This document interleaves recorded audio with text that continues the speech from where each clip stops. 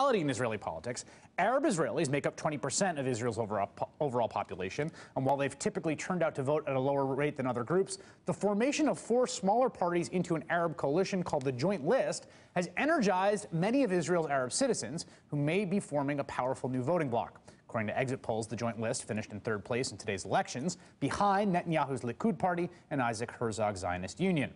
As the focus moves from campaigning to forming a government, the Arab coalition could be an unexpected kingmaker. Joining me now, Diana Buttu, former legal advisor to the Palestinian negotiating team and a Joint List supporter. And Diana, the creation of the Joint List, ironically, was a product of a change in parliamentary rules pushed by right-wing, far-right entities that essentially raised the threshold for what you had to get into the Knesset in the hopes of extinguishing Arab parties.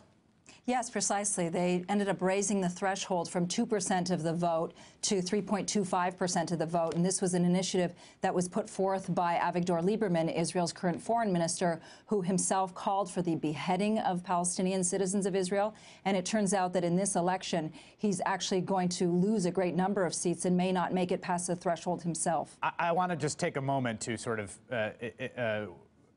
make this clear to people. The person who pushed this in order to extinguish Arab parties pushed them to unite in a way that now has them having the 3rd highest vote-getting party, and his own party is in possible danger of not hitting the threshold. Yes, precisely. And the reason that these parties have come together is because it became apparent that while they may differ on a number of issues, that they have to be united against racism and united against occupation, against an end to occupation. And so these parties have come together and are pushing and may actually end up being the 3rd largest political party, making them the leaders of the opposition. We saw these robocalls going out about warning the flood of Arab voters. Early exit polls suggest that Palestinian Israeli citizens actually have turned out to vote at much higher rates than usual. What role do you see them playing? They have said they will hew to their traditional line of not forming governing coalitions. Do you think that will they'll hold to that? And if they're in the opposition, what role do you see for them?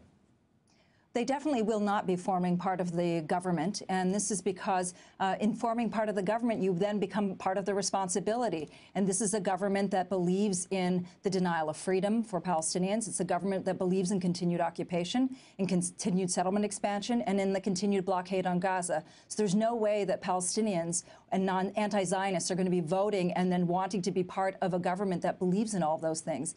That being said, they may actually form a bloc in opposition to try to prevent a lot of the legislation that Netanyahu and his supporters have been pushing forward. Legislation that calls for discrimination against Palestinians in terms of where they can live and where they can purchase property, discrimination against employment, discrimination against the privileges and benefits that are accorded only to Jewish citizens of the state. So they play a very essential role in trying to block a lot of the racist legislation and push back against the settlement construction and against the blockade on Gaza. There's 2 distinct issues I want to just separate out for a moment. Of course, there's the occupation and the fate of the occupied territories and the continued settlement in the occupied territories in the West Bank, particularly, or solely at this point.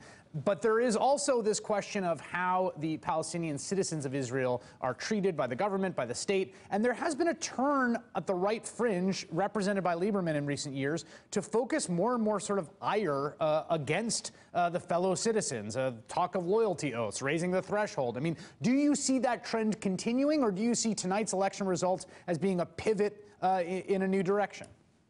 Well, I see it actually continuing, sadly, and the reason is that it's become acceptable to be racist in Israel. It always has been, but it's actually pushed to the fore.